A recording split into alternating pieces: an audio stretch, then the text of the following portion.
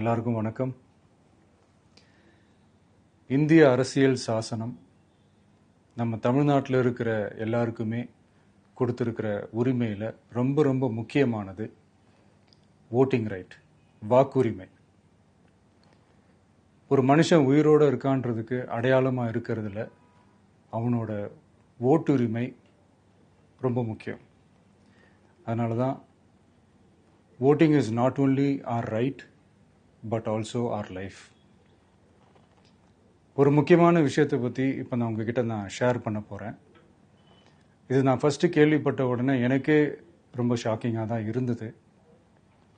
இப்போ நான் பேசிகிட்டு இருக்கிற இந்த நேரத்தில் தமிழ்நாட்டில் இருக்கிற நம்ம யாருக்குமே ஓட்டு போடுற உரிமையே இல்லைன்னு சொன்னால் நம்புவீங்களா? நான் நீங்கள் உட்பட யாருக்குமே அது இல்லை.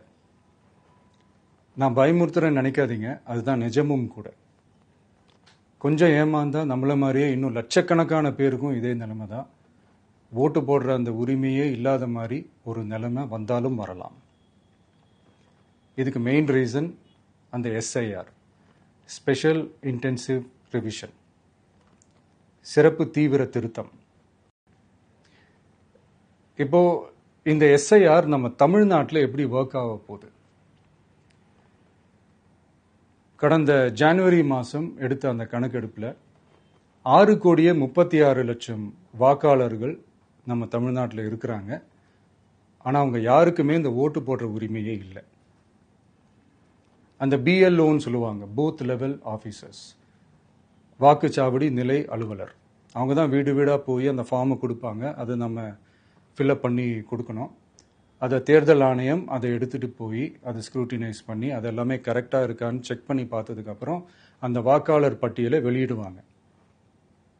அந்த வாக்காளர் பட்டியலில் நம்ம பேர் இருக்கணும், அப்போ தான் நம்மளால் ஓட்டு போட முடியும். அந்த புது பட்டியல் வர்ற வரைக்கும் நம்ம வாக்காளர்களான்றது அது உறுதியே செய்ய முடியாது. இன்கேஸ் அந்த புது பட்டியலில் நம்ம பேர் இல்லைன்னா அது ஒரு தனி ப்ராசஸ், அது ஒரு தனி ஃபார்ம், அது ஒரு தனி கிளைம்ன்ற மாதிரி அது ஒரு வேற வேலை. ஸோ இந்த மாதிரி நிறைய சிரமங்கள் குழப்பங்கள் இருக்கிறதுனால மக்களுக்கு இது மேலே ஒரு கன்ஃபியூஷன் ஒன்று இருக்குது. இது என்ன வெரிஃபிகேஷனா இல்லை ஒரு மறைமுக ரீரெஜிஸ்ட்ரேஷனா இல்லை இது ஒரு நியூ ரெஜிஸ்ட்ரேஷன் மாதிரியே தானா அப்படின்ற மாதிரி நிறைய கன்ஃபியூஷன் இருக்குது. அவங்க செய்ய வேண்டியதெல்லாம் ஒன்று தான்.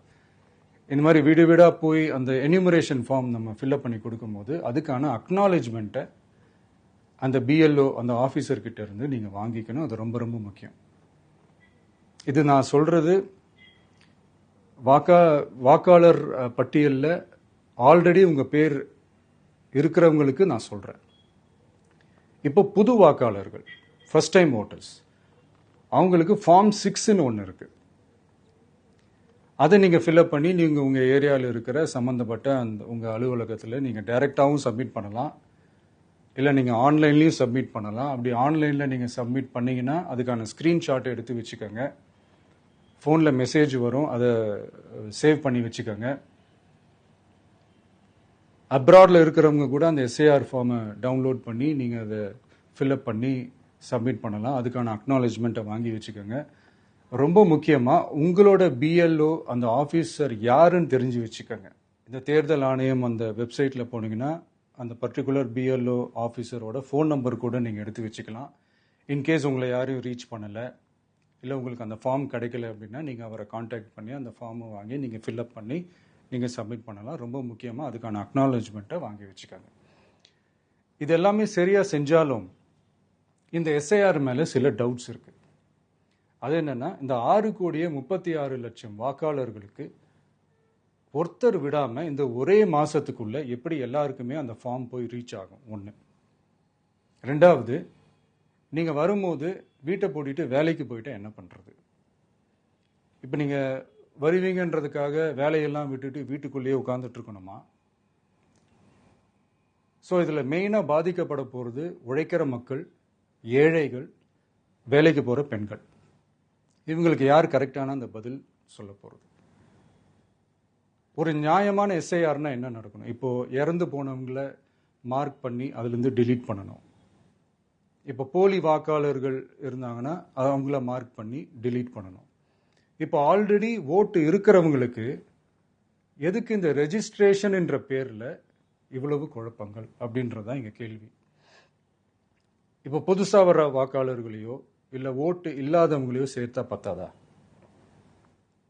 இப்போ ரீசெண்டா நடந்த இப்போ எலெக்ஷன் 2021, 24 எப்படி எல்லாருமே ஓட்டு போட்டோம்? அதுல ஓட்டு போட்டவங்க கூட இப்ப புதுசா ரெஜிஸ்டர் பண்ணணும்னா அது ஏன் அந்த கன்ஃபியூஷன் அப்படின்றத நாங்க கேட்கிறோம். அதனால தான் நாங்க எஸ்ஐஆரை எதிர்க்கிறோம். இப்போ புதுசா சில கம்ப்ளைண்ட்ஸ்லாம் வர ஆரம்பிக்குது. அது என்னன்னா முக்கியமா நம்மளுடைய டிவிகே தோழர்களுக்கு அந்த ஃபார்ம் கிடைக்க மாட்டேங்குது, கொடுக்க மாட்டேன்றாங்க அப்படின்ற சில கம்ப்ளைண்ட்ஸ். இது யார் பண்றாங்க அப்படின்றது நான் தான் சொல்லி தெரிய வேணும்னு ஒன்றும் அவசியம் இல்லை உங்களுக்கு. இப்போ இருக்கிற ஆட்சியாளர்கள் அவங்களுக்கு கைப்பாவையா இருக்கக்கூடிய சில பேர் இதை செய்ய ஸ்டார்ட் பண்ணியிருக்கிறாங்க. அதனால மைடியர் வர்ச்சுவல் வாரியர்ஸ், இதை சாதாரணமாக எடுத்துக்காதீங்க. இது எல்லாருக்குமே அந்த ஃபார்ம் போய் ரீச் ஆகணும். இதில் ரொம்ப உறுதியாக இருங்க. அதையும் மீறி உங்களுக்கு அந்த ஃபார்ம் கிடைக்கலன்னா இருக்கவே இருக்கும் ஆன்லைன். தேர்தல் ஆணையம் அந்த வெப்சைட்டில் போய் அந்த ஃபார்மை டவுன்லோட் பண்ணி நீங்கள் ஃபில்அப் பண்ணி சப்மிட் பண்ணலாம். உங்கள் வீட்டில் இருக்கிறவங்களுக்கு நீங்கள் செஞ்சு கொடுங்க, பக்கத்து வீட்டில் இருக்கிறவங்களுக்கு செஞ்சு கொடுங்க, தெரிஞ்சவங்களுக்கு, தெரியாதவங்களுக்கு, பழகினவங்களுக்கு, பழகாதவங்களுக்கு எல்லாருக்குமே நீங்கள் தயவு செஞ்சு கொடுங்க. அண்ட் ரொம்ப முக்கியமாக நம்ம ஜென்சி கிட்ஸ், நம்ம ஃபர்ஸ்ட் டைம் ஓட்டர்ஸ், நம்ம புது வாக்காளர்கள், நம்ம நண்பா நண்பிகள், அவங்க ரொம்ப கேர்ஃபுல்லாக இருக்கணும். நான் ஆல்ரெடி சொன்ன மாதிரி உங்களுக்கான ஃபார்ம், அந்த ஃபார்ம் நம்பர் 6, அதை கரெக்டான டீட்டெயில்ஸோட கரெக்டான உங்கள் டாக்குமெண்ட்ஸை வச்சு அதை சப்மிட் பண்ணுங்கள். ஏன்னா வரப்போகிற தேர்தலில் நீங்கள் தான், அந்த ஜென்சி வாக்காளர்கள் தான் மிக முக்கியமான ஒரு ஃபோர்ஸ் அப்படின்றது எல்லாருக்குமே தெரிஞ்ச ஒரு விஷயம். அதனால் உங்களை டிஸ்டர்ப் பண்ணுறதுக்கு, உங்கள் பேரை அதில் இன்க்ளூட் பண்ணாமல் செய்கிறதுக்கு என்னென்ன வேலைகள் செய்யணுமோ, என்னென்ன தில்லுமுள்ளு வேலைகள் செய்யணுமோ எல்லாமே அவங்க செய்வாங்க. இது நமக்கு எல்லா திசையிலையும் எல்லா பிரச்சனைகள் கொடுத்துட்டு தானே இருக்கிறாங்க. அது டிஃபால்ட்டாக நடந்துட்டு தான் இருக்கும், அது ஒன்றும் பண்ண முடியாது. ஸோ அந்த மாதிரி ஓட்டு போடுற விஷயத்துலையும் அவங்க என்ன உத்தரமராக மாறவா போகிறாங்க? நான் சில மீட்டிங்ஸ்லாம் ரிப்பீட்டடாக ஒரு விஷயம் நான் சொல்கிறேன்ல, 2 பேருக்கு நடுவில் தான் போட்டி அப்படின்ட்டு. அது மேடைக்கு மேடை அவங்க அதை ப்ரூவ் பண்ணிட்டு இருக்கிறாங்க. அதனால தோழர்களே, வரப்போகிற தேர்தலில் நம்ம யாருன்னு காட்டணும், நம்ம பலம் என்னன்னு காட்டணும். அதுக்காக அந்த பலமான, அந்த பவர்ஃபுல்லான ஆயுதத்தை நம்ம கையில் எடுக்கணும். அந்த ஆயுதம் வேற எதுவுமே இல்லை, ஓட்டு, வாக்கு, ஜனநாயகம். அது இருந்தால் தான் நம்ம அந்த வெற்றியை நோக்கியே நம்மளால பயணிக்க முடியும். தமிழ்நாடே அந்த வாக்குச்சாவடி முன்னாடி திரண்டு நிற்கணும். அதை பார்த்துட்டு தமிழ்நாடே தமிழக வெற்றி கழகமா இல்லை தமிழக வெற்றி கழகம் தான் தமிழ்நாடா அப்படின்ற மாதிரி இருக்கணும். வீடுன்னு ஒன்று இருந்தால் தான் ஓடு மாற்ற முடியும்னு அறிஞர் அண்ணா அவர்கள் சொல்லியிருக்கிறாங்க. அந்த மாதிரி ஓட்டுன்னு ஒன்று இருந்தால் தான் இந்த நாட்டையே காப்பாற்ற முடியும்.